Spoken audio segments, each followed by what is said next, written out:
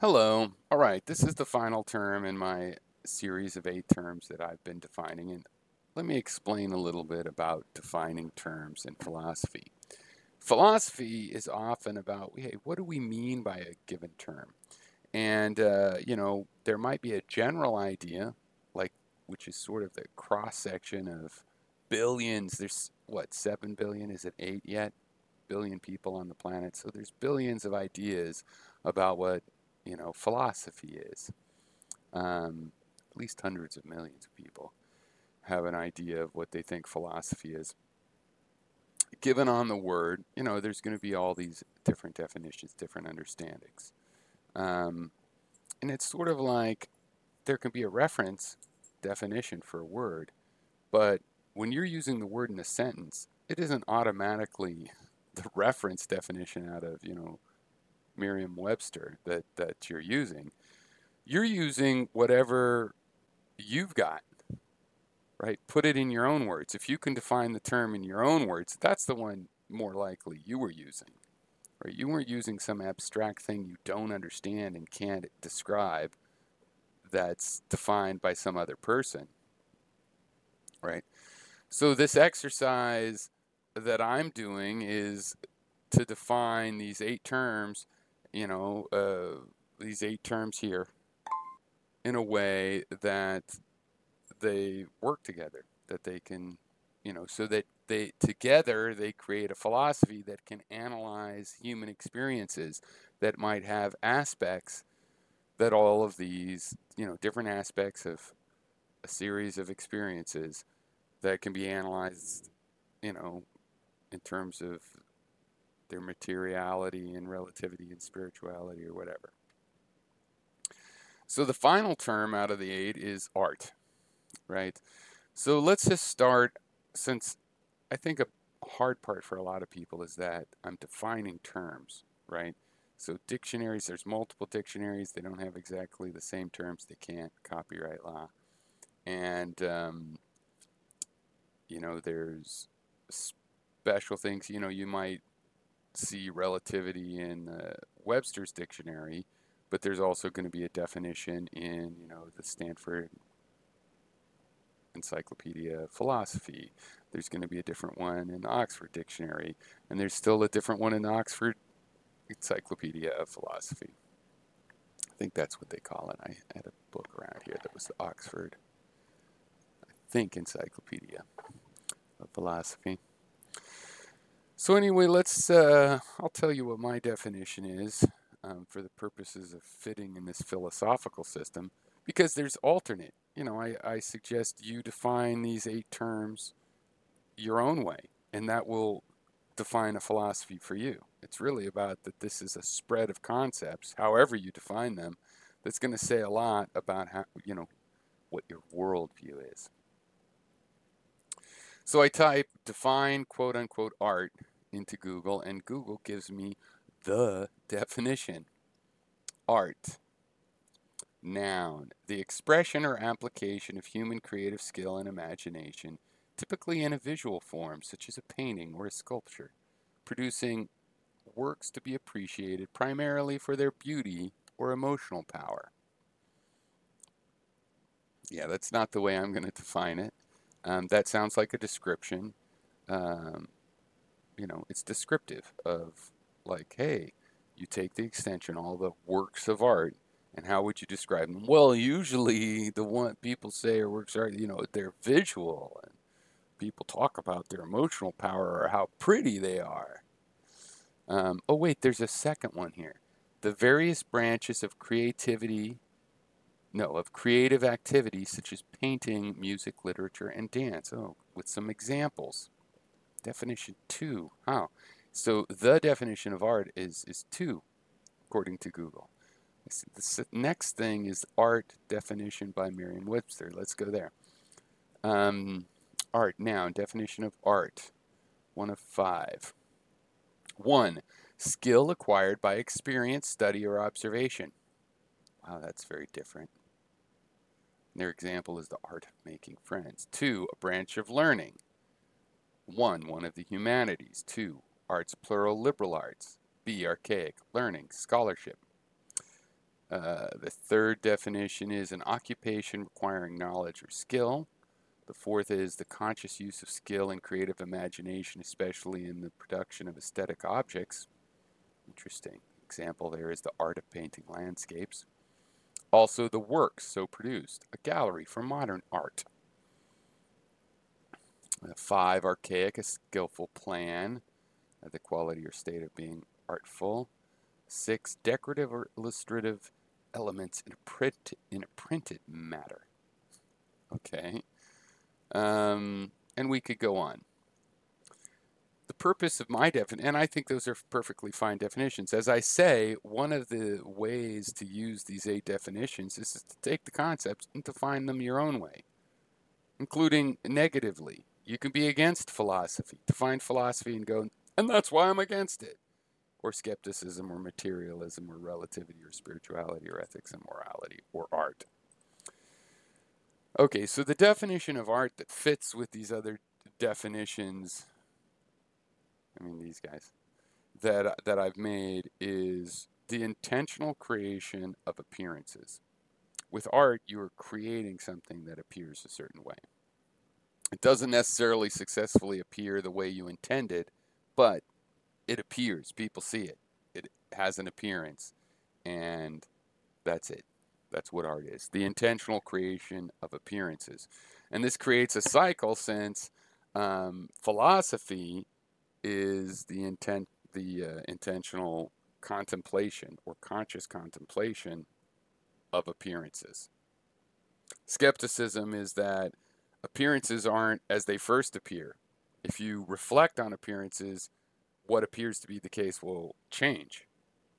It's a series of appearances, and the most up-to-date appearance will differ from those of the past, or at least potentially can differ. The idea of material is that certain things still nevertheless imply other things, right? And the idea of relativity is that those things that apply to other things, they're relationships, they're measurable relationships. Some relationships we haven't figured out how to measure yet, but if something is bigger than another thing, and another thing is shorter than the other thing, that relativity, the relative relationship that the one is bigger, we can measure that the one thing takes longer, okay, that it's heavier, right? And everything that can be told in terms of at least mass, space, and time, like energy, has relative quantities. So your velocity is relative, but your velocity relative to the Earth is 2.5 miles an hour as you walk down the road. That can be known, and that's what we can use to draw material implications and to decode and decompose appearances consciously. Spirituality, this is a great example of one that people have trouble because we don't really, I don't think, have ever had a good definition of what it is. I'm proposing that, especially to work with these other terms, spirituality has to do with a philosophy of being a living thing and a philosophy of living things in general. What's it about to be alive? And I believe that you could be, some sort of an animist with a pantheism. You could be monotheistic. You can be polytheistic. You can be an atheistic spiritualist like a Theravada Buddhist. And the reason these are all spirituality, right, if you want to invent a term, a definition of spirituality in which all of those are spirituality, my proposal is that a spirituality is your philosophy of being a living thing and what it means to be a living thing. Ethics and morality are basically how you should treat other living things.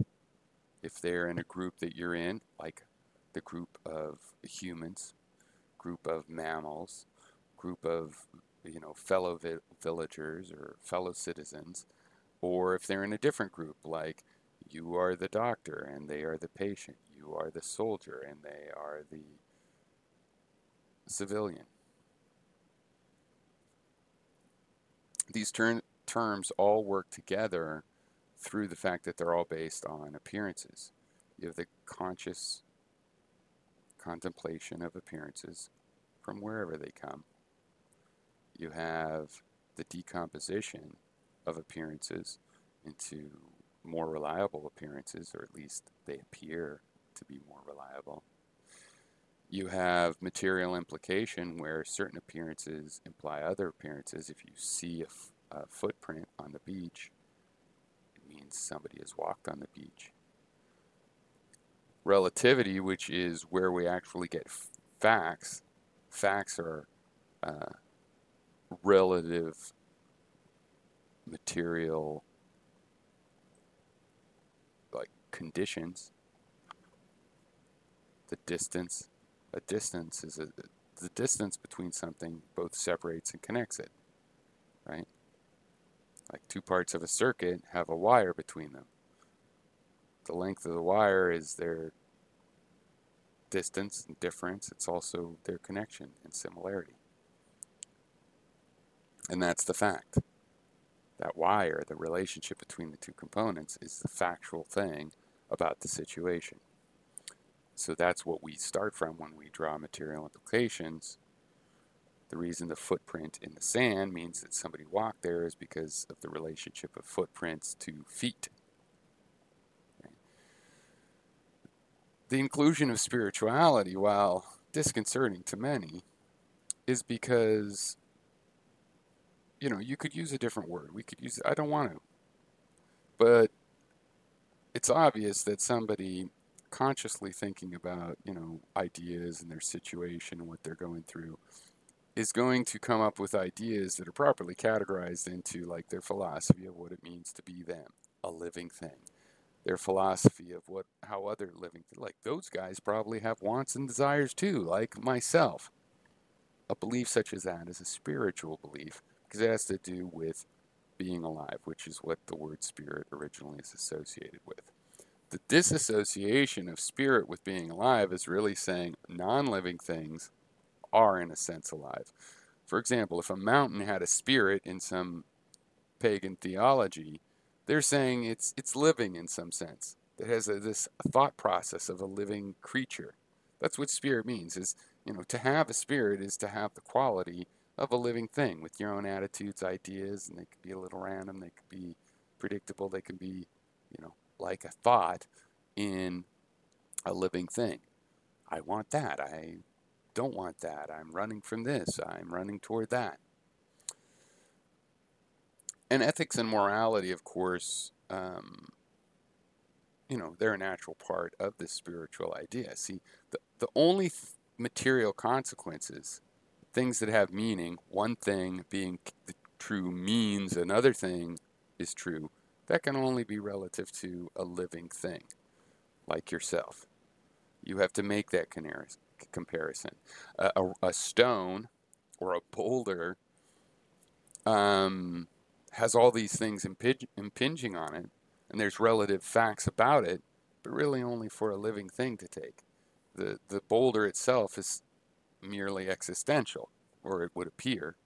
If you think the boulder has a spirit, which I don't, then you're saying it does have a perception, it does care, it does measure its existence and judge whether it's good or bad and all these other things that living creatures do. I don't particularly believe that.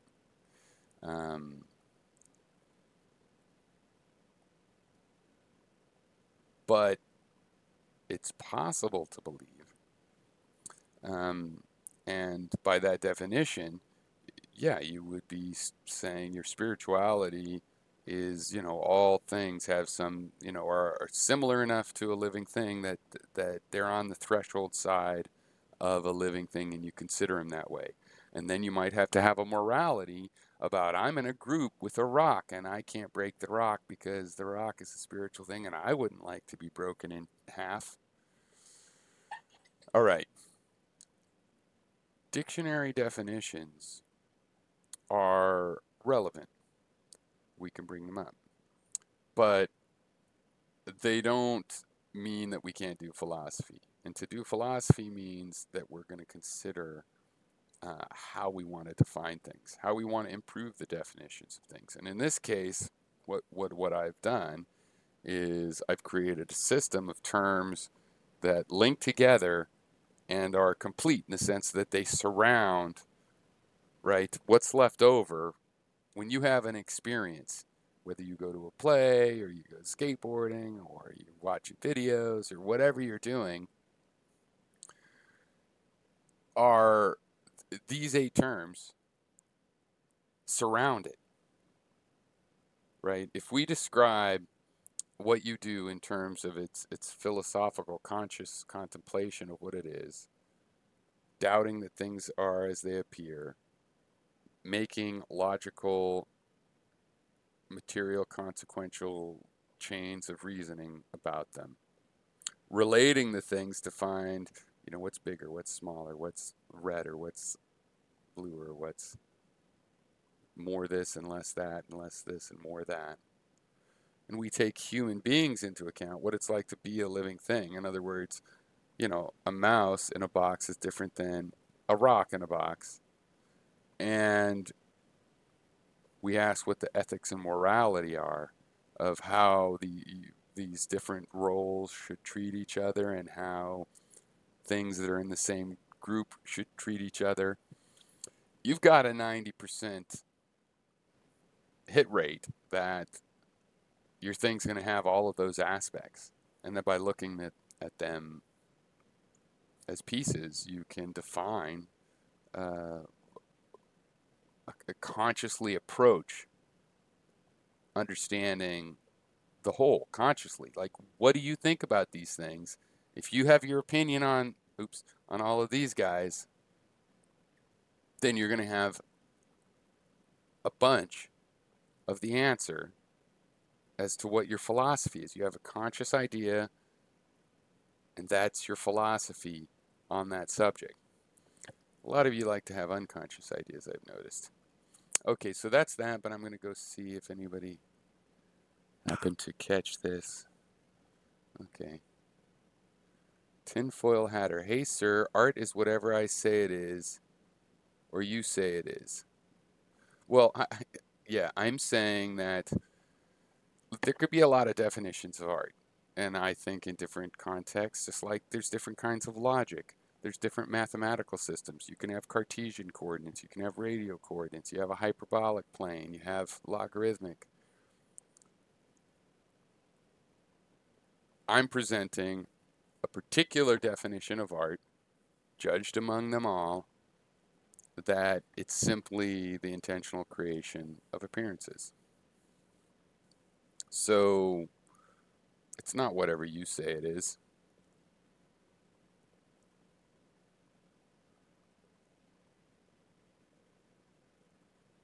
For example, let's say something in nature happened, like a bunch of fall leaves fell and it was beautiful, and maybe it even looked like something all humans would go, oh, look, it's Jesus, or whatever. And you say that's art. And I would say, well, on its own, it's not art. You intentionally drawing my attention to it, you could be a photographer, and by your intentionality, you've made it art. David Lee Roth understood that at an early age and made the most of it. Haha. Quintica. Hey, tinfoil. Why pay? Art is destruction of resources to me mostly, but I'm a barbarian. Well, I think one unassailable part of my proposed definition here is that you're not going to give me any examples of art that don't include appearances, right? You're going to destroy something and it's going to appear destroyed. You're not going to do nothing. You're not going to just think a thought in your head. It's the creation of appearances. So yeah, it's more than that. You can say more about it than that. You can have a whole department on the art and how to make it, what it is, and it could be in a college or an institute or just in your basement. And no matter what, it's going to include the creation of appearances that are then brought into other people's stream of appearances by observing, which they can philosophize about if they consciously think about them, which they can doubt if they're skeptical, which they can make concrete conclusions about if they use material implication, that they can relate and compare better, worse, and every other kind of comparison, that impact them as a living being through affecting the stream of appearances. All right, enough of that. Well, Bob, if he says, I guess that art is the representation of perception through visual metaphors. Well, it's obviously not just visual, though. It's very difficult to define art because no, it's not just visual. Like this Oxford and Google plagiarized definition that it's the expression or application of human creative skill and imagination, typically in the visual form. What do you mean typically? So you're just describing the extension, which is fine, but in philosophy, we're trying to get the intention of the idea. We're inventing an intention. We're trying to say, hey, I can make a series of words that together pick out and describe what is art, and it's obviously not fundamentally visual. The fact that most of the things we call art are visual is obviously sort of an accident, history, what people have had available. Obviously, music is art. Obviously, art is in any medium that you can observe and mention. If people can't observe the medium, they're probably not going to call it art because they don't get the appearance.